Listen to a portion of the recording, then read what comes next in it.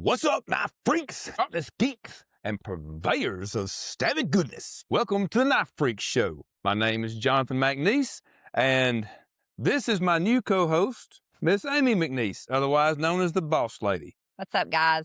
So those of you that have been listening on the last episode, which has been a couple of weeks ago now, we announced that Chase was going to be pursuing some other stuff, and so he was going to kind of be bowing out of the podcast, and he'll be a return guest, I'm sure. But for now, Amy is going to be the new co-host, and that means I've got to mind my P's and Q's. Oh man! I mean, I already listened to the podcast, so yeah, that's true. She already listens to it, and so if I say anything I shouldn't, I already get in trouble. So I pretty much stay in trouble anyway. So it's all good. All right, so we, with the changeover and everything, and that happening right at the end of the year and with Christmas and all, we did miss a couple of weeks. We apologize. We'd like to try to keep it going and stay steady on this, but let's, I guess, kind of recap a little bit the last couple of weeks, and then talk a little bit about where we're going this year. How about that? Yep. All right. So last couple of weeks we had Christmas, which was really good. Santa Claus was really good to us. Had a good time with family. Got to see our family, got to spend some time. Kids came to the house for Christmas morning. That's always good. We did get a little bit of pretty big news. You want to talk about that? Sure. We are having a knife freak grandbaby. Gonna have the first little knife freak grandbaby of the family. So super excited about that. Yep. Our daughter Hannah is she told us like what? Christmas Eve. Christmas Eve. With a knife freak onesie. Yeah. I already had a knife freak onesie made up and ready to go. So yeah, well on our way to having a little knife freak on our hands. So super excited about that. We'll be first time grandparents. Still sounds really weird to say that, but we also have one of our shop guys is having a baby. Yeah, kind of feels like almost grandparents there too. So one of our other guys that works here, Joseph, they're expecting. So they're a little bit ahead, probably around the same time. So yeah. Both girls. Yep, both of them are girls. So yep, we're fixing to start getting a little more crowded around here in some of the households at least. So really excited about that. And let's see, I think other than that, Christmas was pretty much a normal Christmas. Like I said, had a good time. We kept it pretty low key. Hope all you guys had a great Christmas. From what I saw online, I think you probably did, most of you. Let's see, then after Christmas, things took a slight turn for the worse. Nothing too bad. We both came down with a cold and just a general old crud, I reckon. And one or two of the guys in the shop had it. We both ended up with it. I think it's trying to hang on to me a little longer than it is her. You may be able to tell I'm still a little stuffy. It's been about, 2 weeks now? Right at 2 weeks. So, yeah, maybe that goes along with the grandpa stuff. I don't recover as quickly as I used to. So, anyway, but we're surviving. We're getting through it. And the guys at the shop have done a great job of kind of picking up the slack and keeping everything rolling really well. I'm very proud of that, of the position we're in right now with the guys in the shop and how they're able to kind of keep things rolling when we have other stuff to focus on or we happen to be, out of the shop for some reason or sick or whatever. So that's been really nice. Let's see what else to wrap up the end of the year. Well, so far as the business goes, we were very pleased. Now, let me say this. Most everybody, you guys that are on the collecting, buying end of it, maybe don't see it as much. You probably do on the secondary, but there's no doubt that the knife industry, the economy this past year was not great. You see it a lot in the secondary with stuff sitting that normally would be flying off, people would post it and then be gone, or they're having to drop prices lower, stuff like that. That's just part of the whole marketplace is down. Stuff's just not selling as fast as it was. Goes hand in hand with the overall economy. I mean, most of us know that the economy has not been great for the past year or more. And so it trickles down to our part of it. It actually took longer for it to kind of hit the knife industry, I feel like, than it maybe did just the general economy, some of the other industries. But I think that's just because we got so many knife freaks out there that know how to prioritize and spend that extra money on knives instead of other stuff. But yeah, so it was a tough year in a lot of ways, but we still ended up with a really good year. Our numbers look good at the end of the year. We still had a pretty significant amount of growth over the year. And honestly, with a year like last year, which is for me personally, I mean, it's hard to say because I haven't been doing the production stuff this whole time, but I feel like this was probably the worst year economy wise that we've had since I've been doing this. I feel like just watching the market Well, I in think it general. started at the end of last year True. and then carried over. Yeah. I would agree. I think we probably saw it starting to kick in the second half of last year's. But like I said, we still have managed to do well. If we'd have just broken even as far as like we could just not lost any market share or whatever this past year, I would have been pretty happy. But we actually had some growth, which was fantastic. I think the Dixon was probably a big part of that. I feel like that was a pretty big thing for us. We managed to get it launched, and I feel like had a really great year. Obviously, I'm biased, but I feel like it was one of the bigger, splashes of the year as far as a specific model being dropped in general in the industry. And I'm biased, but felt felt like it went really well. So I agree. I know I see obviously we're marketing and advertising it, but I also see it all over the place on YouTube and all over social and everything. I'm seeing tons of people posting them and talking about them. So let's take a minute and say this. I really appreciate that too, guys. You do not know how important it is to us and other companies out there like us for you guys to do that stuff. Like it means a lot. Like we spend a lot of money on marketing, and we're also limited too in some of the stuff that we can do. We all know the whole deal with, Facebook and Instagram not wanting us to run ads and stuff. But even with that, we spend quite a bit of money on marketing. And for you guys to get out there and just organically help us market like that and post stuff and even just commenting on our posts and stuff helps a lot. But yeah, and reposting it, saving our posts, all that kind of stuff. Like it's huge. Like it really is. Reviews. Yeah, Views. yeah, that's one I forget about a lot. That's right. Reviews are huge. Review it on our site, doing reviews on the dealer sites, that helps as well, helps us and them. So yeah, that's another big one. But we really appreciate that. We'd like to encourage you to do more of that. You know, who doesn't want to post pictures of their cool new knife or whatever on Instagram or post a little video on YouTube or whatever. So it definitely helps us out. It's virtually free for you guys to do, and it really helps out us or whatever other, like I said, other company you may be posting stuff. It's really beneficial. So we greatly appreciate it, and please keep it up. So yeah, I feel like that's last year. That kind of sums it up. We dropped the Dixon. We started heading in some direction of some other stuff that we're going to get into for this coming year, but that was our biggest thing. Well, along with the Dixon, I will say this, the other big thing was switching over and doing our blade grinding in-house and doing our bevels in-house and getting that high performance hollow grind figured out. That's been a game changer, guys. Like that's really been great. But tell us specifically about that because, like, that's a pretty intricate process Yeah. and very time consuming. Yeah. So why don't you share a little bit about that? Okay. So, where to start? So for starters, let me say that we did not come up with this general method of doing it. As far as I know, Chris Reeve came up with this years ago, back when he basically first started the company, from what I understand. And I don't know who all has done it since. I know there's other people that are doing it and been doing it longer than us. So you guys know, for most companies like us that are doing production knives, you've only got so many options for the bevels, right? So basically you can send them out to have them ground on a CNC bevel grinder. A CNC bevel grinder is made specifically, it's what it sounds. It's made specifically to grind the bevels on the knife. Problem with them is you can't really do a true good hollow grind on them, which is why you see most of the production knives out there with flat grinds on. That's why most of our Mac 2s and stuff that we've been doing up to this point have been flat ground. It wasn't a choice of, that I thought flat grinds were better. We were limited by what you could have done. So the other option you can do is what's called step milling, which we played around a lot with that. When I first bought the first CNC, that was actually one of the main reasons. Obviously, we needed to make handles and stuff, but I was really excited about being able to get away from the CNC bevel grinding and be able to do hollow grinds and do them on the machine. And it's definitely doable, but I never got comfortable we never got it down to where I was just super comfortable with like leaving the step milled lines in there and just going with that.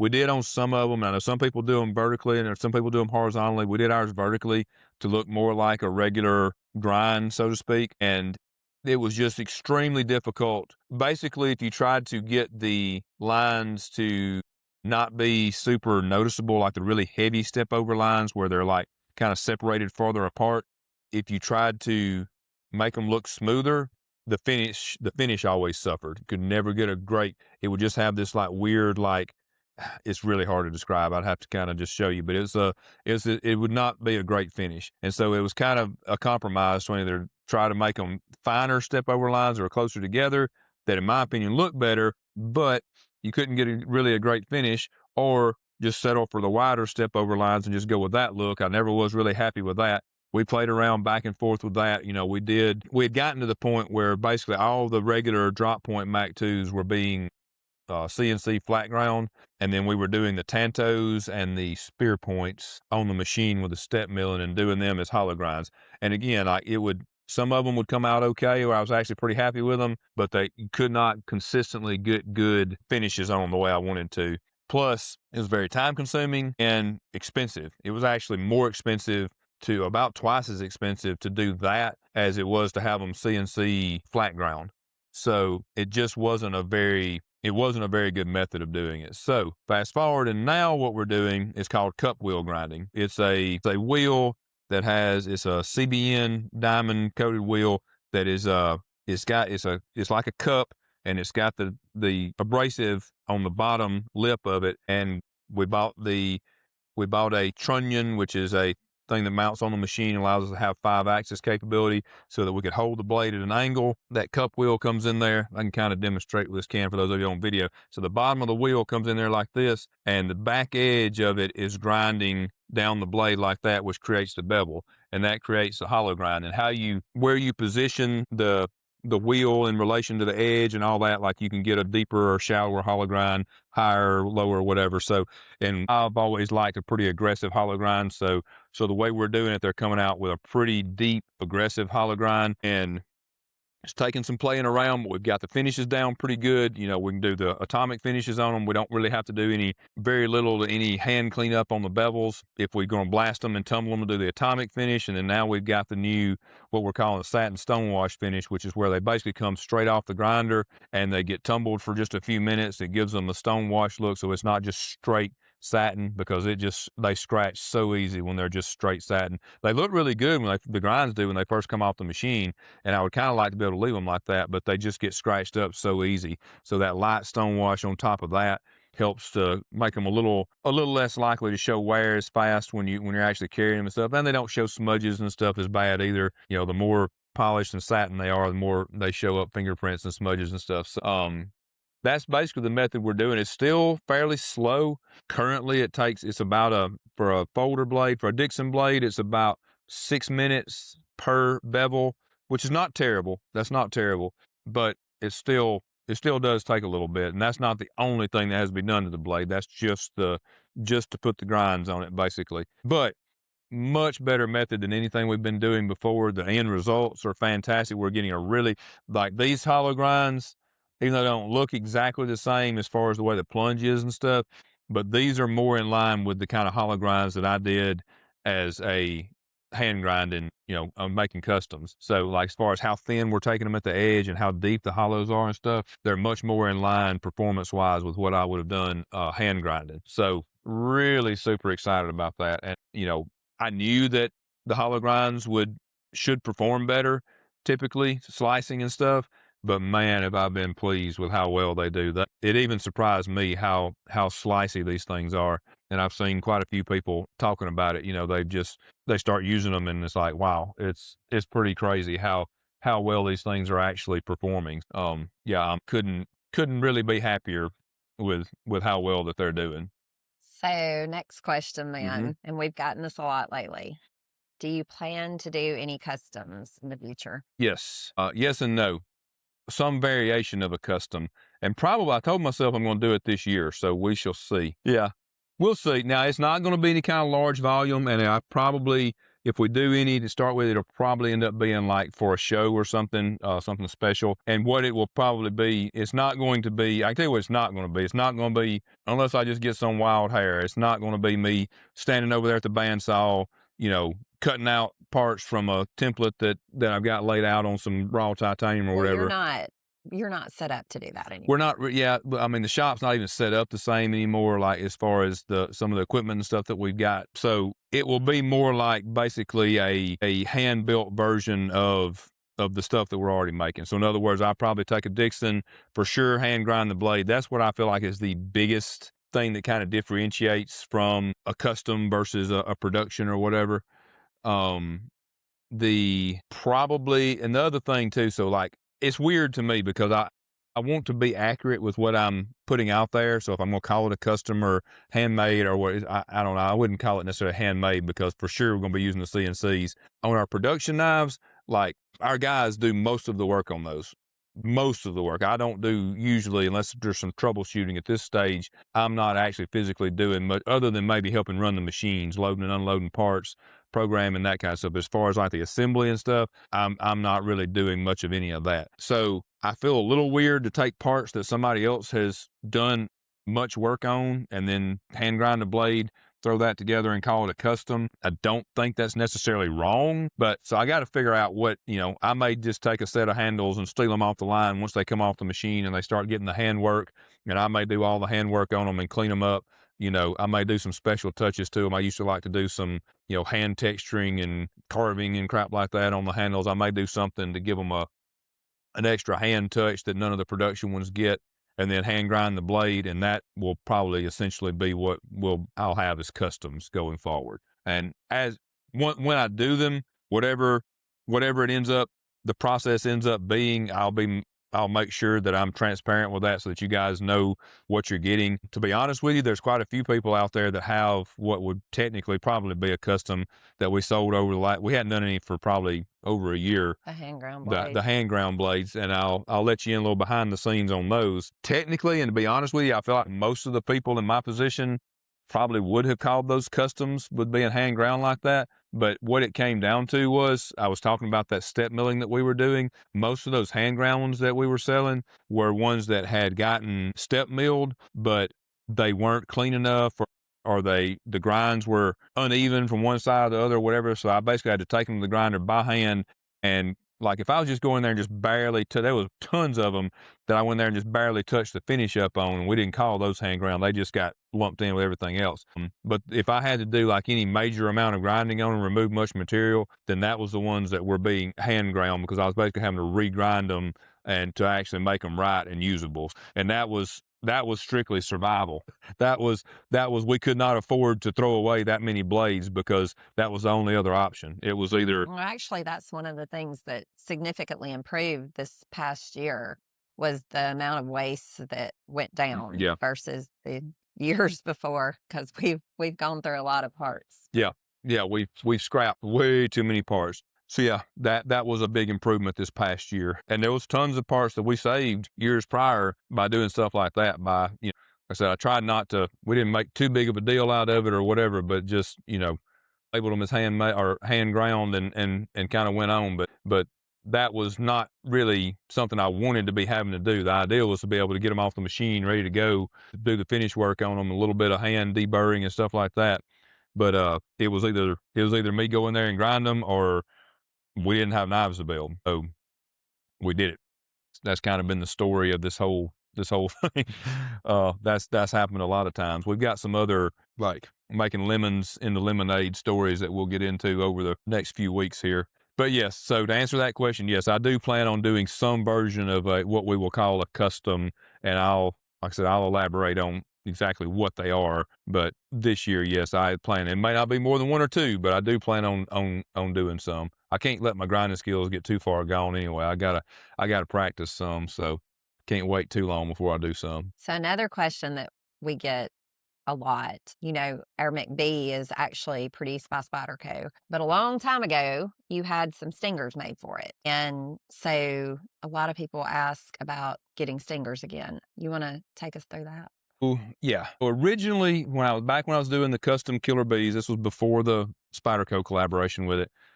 I started to, a dealer friend of ours, he made a suggestion about doing some kind of backspacer that would kind of look like a stinger. And so I like, that's cool. That's a good idea. So, I did that. I would take G10, carbon fiber, Carta, stuff like that. And I would actually, instead of making a regular backspacer, I would actually make it, shape it into like a stinger, and I would do some hand grinding and carbon to give it the little grooves and stuff to make it look like a stinger. If you look, you can find some of the ones out there. Now, there are some out there that other people have decided to jump on the bandwagon and like aftermarket stuff and do, which I don't love, but it's, what are you going to do? But anyway, so we decided to do basically like I guess once the McBees came out, this was had to be right, excuse me, right around the time that the McBee came out in 2018. So I want to say, I think I started doing the first stingers maybe right before the McBee came out on the customs. And then we decided to try to get some made that would fit the McBees, the Spyderco version, that we could sell, like that. So we got somebody that was doing, it was casting them out of bronze, and I think it was a couple other materials, but they were cast like jewelry.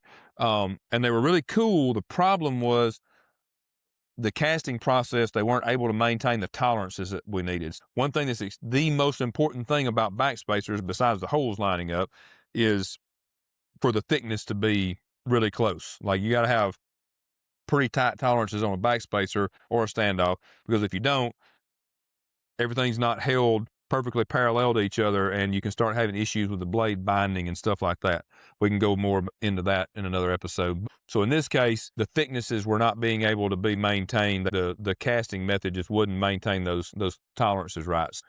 We basically ended up having just give up on that idea. And then at that point, I was transitioning out of doing customs and stuff, and the McBee lives on, and I don't have the time to do custom handmade stingers anymore. There is a slight possibility, as we've made some changes, which we'll talk about in a second, as far as what we've got going on this year. We are starting to look like we might have some machine time in the not too distant future for some fun projects like that. If I can come up with a good way to machine them and it not be, the problem is, guys, it's like, for a part like that, you got to you can't just put it on there and machine one side of it or whatever, like it's done. Like it's got to get flipped over, and there's a lot that would go into it. And for what we end up selling those for, I don't know if we can sell them cheap enough. I don't know if we can price them what we would need to account for all the machine time that we would have in them. So it's not super likely we'll be able to do them, but it is a project I would like to revisit and see if maybe we can come up with something. But so does that mean we might see some custom Killer Bees? I don't know. I don't know if we're going to be doing any full-on custom models that are not, like I said, right now, when I think doing customs, it's basically taking production models that we're doing and doing handwork to those. It's not impossible. If we did, it would be, it would be bringing them from the CNCs, and, we wouldn't be like the old days where I was hand doing them on a little mini mill and stuff like that. So that's something I'd have to give some thought to. I don't know. I would like to do, we used to do replacement scales for the front scales for the McBees as well. Questions about those too. That's something we for sure need to do. I've been planning on doing that. I just need to take the time to do it. So, and we'll hit more on that. This is great because she handles most of the customer service stuff, and she's also the one that is prowling all the Facebook groups and all the online stuff even more than I am. And so she sees a lot of the questions and stuff like that I don't necessarily see. So that's going to be great having her on here to be able to ask the questions that you guys have been asking that I might not see or think to answer. Well, on that note, we also want to know when we're going to see Dixon backspacers. Very soon. Very soon. So those of you that haven't noticed, we have had a few 3.5-inch backspacers, Mac 2 backspacers hitting the site in the last week or so. Dixons are next up. I've already got them programmed up. We basically, this coming week, probably Monday, we'll be making the pallet for them. So it's not impossible if they go well, fingers crossed, maybe even by the end of next week, we could have some. So no promises, but I think we'll have them. I feel fairly confident we'll have some by the end of the month. So I know a lot of y'all been waiting on those. So as soon as we put the Dixons out, people wanted backspacers. So that leads us into, I feel like, kind of a little bit of a state of the union at where we're at with the shop and kind of what we've got planned. So another thing we did last year that we kind of talked about, but to sum it up, we added 2 more CNC mills to the shop this past year. And so that's definitely helped our capacity. We have also added a semi kind of second shift. We've got a couple of part-time people. We got one part-time guy, high school guy that's doing really good, and he's come in, he's working afternoons after school and working some weekends, and that's helping a lot. He's mostly helping with like processing and finishing and stuff. So he's like cleaning up handles and stuff, blasting them, tumbling them, anodizing them, that kind of stuff. Running the blade grinder. He is helping to run some of to keep the blade grinding. Like I said earlier, it's a little time consuming, so we try to keep it running. We've only got one machine that does it, so we're trying to keep it running as much as possible. So he helps to keep that running. And then we've got another guy that's working like three afternoons, 3 evenings a week, and then a good bit on Saturday and some on Sunday, mostly running the machines. And so what that has done between adding the 2 machines and then being able to keep the machines running more than they were running, because we've got people here, kind of a second shift, we're being able to stay caught up way better on all the machining. Because before it was a struggle, even when we had, with more machines, extra machines only help so much if you can only run them during working hours, and you guys have probably seen me posting videos where I'm out here at the shop at night and restarting them and stuff. And I still do some of that, but having somebody else to work kind of an evening shift has definitely helped with it's allowing us to run more stuff, and it's allowing me to not have to be out here every night at bedtime restarting machines, which I ain't gonna complain about. That's been nice. Whatever it takes to get it done, that's what we're gonna do, ain't it? That's what we've always done. So that is what is going to be able to help us with some of this other stuff. Like I said, the backspacers and, maybe some of these other projects and that kind of stuff, be able to get some of the stuff in that we just strictly did not have the machine time for before, that we might actually be able to do now because we've got more machines and they're being run for longer periods of time. So for this year, let's see, what all do we want to tease out? We definitely got new Well, we stuff. just released fixed blades. Fixed blades are going to be a big part of this year. I'm a big fixed blade guy. I love fixed blades, cutting my teeth on fixed blades, just like most people. I did not start off making folders, made tons of fixed blades in my custom career. Been wanting to get back to it. It just, again, didn't have the machines / manpower to do it without sacrificing how many folders we could put out. And I did not want to do that because I wanted to keep them rolling good. So the fixed blades have taken the back burner, but they're coming back this year or coming out, whatever. I guess not back, because we've never had them consistently as a production company. So by the end of the year, I expect we'll probably have at least 5 or 6, if not closer to 10 different fixed blade models between now and the end of the year. And we launched today.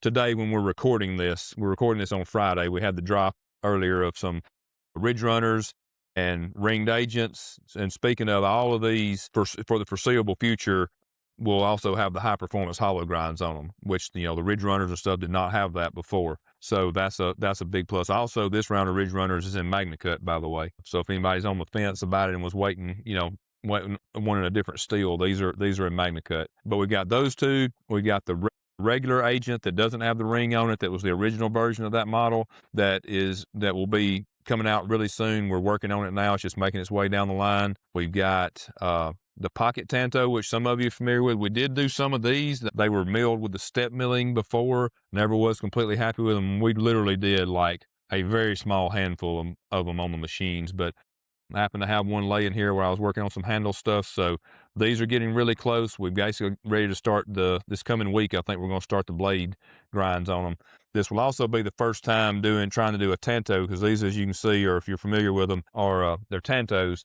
So that's going to be fun and exciting, figuring out how to do the Tanto grinds with our new cup wheel grinding method. I expect it to be a little challenging. We'll see. Yeah, we got to figure it out for the 3.5s too. So. Yeah, we'll be doing, while we're on the Tanto subject, might as well jump over on that. Well, let's go back to fixed blades or I'll forget. So we got the Pocket Tanto. I'm all over the place, guys, if you hadn't noticed. She's over here like, yeah, I know, no kidding. So we got, let's see, Pocket Tanto. We've got the Stalker, which we dropped just a small handful of ever. Like we've done like probably less than 25 of them ever. A lot of you probably haven't even seen it or heard of it. We've got that one that's already in the works, like coming down the line. I think that's all of them that are actually in the works for right now.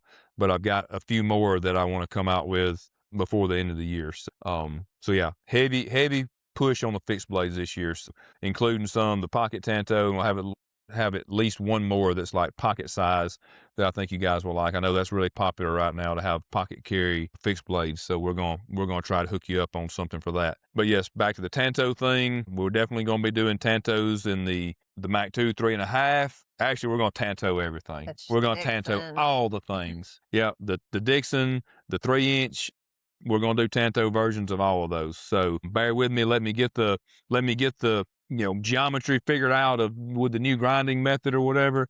And once I kind of get that figured out, we'll be off to the races with those, and we're going to Tanto all the things. So pretty much everything, all the folders that we're doing currently will definitely have Tanto versions planned on it before the end of the year. So yeah, look for that. Let's see. Maybe a smaller version of something. Yeah. I don't know how much we want to share right now, but yeah, probably some size variations of at least one or two things. We'll see. And maybe at least one more. He kicked me, by the way. I didn't. I wasn't going to. I did nudge her with my leg, but he did kick me. I can tell you the proof that I didn't actually kick her, because if I had, you'd have seen her hit me.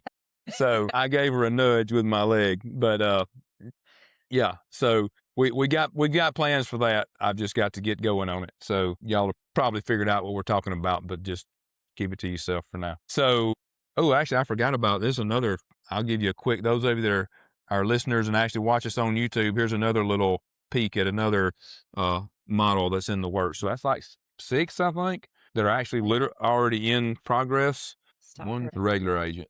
6. I can count. 6. So 6 that are actually physically in process right now, coming down the line. So fixed blades. But yes, we're going to do Tanto version stuff. We may do a different blade version of the Mac 2 before the year is out. I would like to. I've got one in mind. And let me go ahead and address this too. So a lot of you guys, I get a lot of people hitting me up saying, put a Wharncliffe in the Mac 2 or a Wharncliffe in the Dixon. I would love to, guys. And I'll have to look at them a little closer. I'm not going to swear that I can't on either one, but I'm pretty sure that on either one of them, it's not as simple as just like, it's one thing to just draw the blade, but what you got to remember is that blade has got to actually fit in that handle.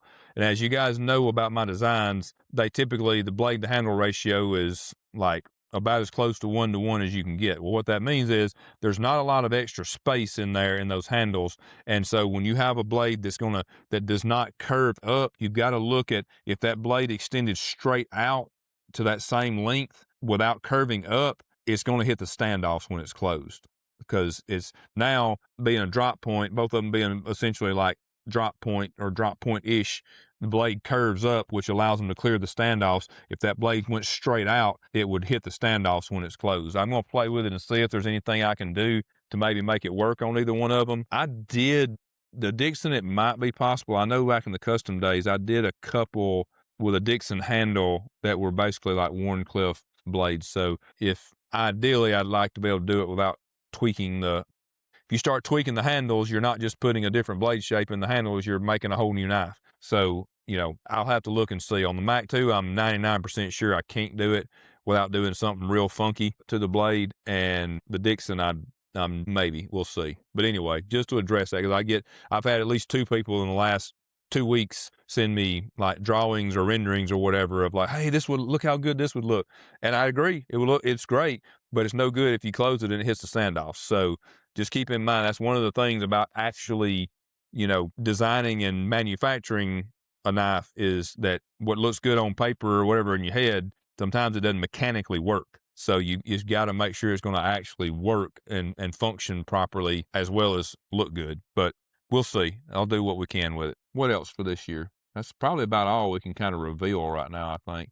Heavy fixed blade push, Tanto all the things, maybe something smaller coming along, maybe one more blade shape on at least one of the models. Quick to kind of wrap up, show schedule. We'll be doing all the big. We got Blade Show Texas coming up in about 2 months. Yep, that'll be the first one. Kick off the season. And then we plan to be at Blade Runner Outpost in May. That'll be a new event for us. They're doing a show / get together in store thing. Sounds really cool. That's about as far ahead as we can think right now. Well, we're doing all 3 of the blade shows this year, guys. We'll be doing Texas, we'll be doing Atlanta, of course, we'll be doing Utah.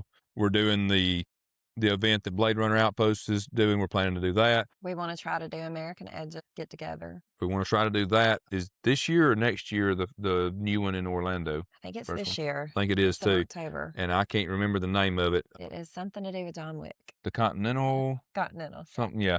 So there's a new USA made. I'll get more details on it and talk more about it as we get closer. It's toward the end of the year, but there's going to be a new show down in Orlando this year that is for made in the USA products only, which is fantastic. Obviously, that's right in our area of operations there, so that's perfect for us. So we're planning on trying to do that. CanCon I don't think is happening this year. The dates got messed up with Smoky Mountain Knife Works. We'll do Rep Smoky Mountain Weekend. Knife Works fall festival / rep weekend in the fall.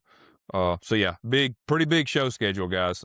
And we felt like we traveled a lot last year, but I think this year is going to be at least as busy, probably a little more. I think we're going to have at least one more show than we did last year this year. So that being said, the travel of course wears us out and all that, but as I said in the beginning, one good thing is I'm very tickled to be the point where our guys are handling business here at the shop while we're gone. It's not like the shop shuts down when we have to go out and go to a show. So that's fantastic. From a business owner standpoint, that's huge. So when you have to take time out to go and do stuff and everything just shuts down, that hurts. Because even though you may be making money at the show, you're also spending money for one thing, but you're not making any more money during that time. You're just selling, you're not producing. And so being able to do both at the same time is huge. But also we love getting to come out and talk to all you guys and see you guys in person. Like I get so rejuvenated. I love building knives. I love running the shop every day and stuff. But a lot of times I feel like we're constantly putting out fires. We got this problem, this machining problem, this machine's torn up, this thing, that thing, personnel issues, whatever. And to go out and actually get to talk to you guys in person and stuff and see your guys' reactions in person to our stuff and talk to you and get the feedback, man, I'm always just so pumped when we leave a show, because it's like just gets me reinvigorated to go hit it hard, because it's just, we kind of get in our little bubble here and we see comments on social media and we get emails and stuff, but it's so easy to get focused on just trying to get everything done and just going out and getting the breath of fresh air of like all the people and getting the feedback and just getting to meet people and see people that are friends that you've known for years and stuff, and that all have the mutual interest of being knife freaks. It's just, he really just likes to eat. Like, I do like the eating part too. Yeah, I do. To be fair though, some of them we like Uber Eats in the hotel room is it's usually because we're so tired. Yeah, we get so worn out that half time we're just Uber eating to the hotel room or whatever. But yeah, no kidding. We love getting to come out and see you guys. So even though it's work for us, it's also very enjoyable to get to come out and actually see you guys face to face. So we're really looking forward to that. Anything else to wrap up? I think that's it for now. All right. I'm looking at the time. We did pretty good today. One thing I was going to mention, that along with the new kind of format and Amy being on here with me, we're going to try to keep them just a little bit shorter. I think she probably does a little better job of keeping me, wrangled than Chase did. I mean, it's fair. She's here where she'll probably be kicking me, like wrap it up if I try to go too long. So you guys are really going to get a show. You may get to see me get tased. There's probably a good chance. There are knives and yeah, that's true. Just keep in mind you're being recorded here, threats and such.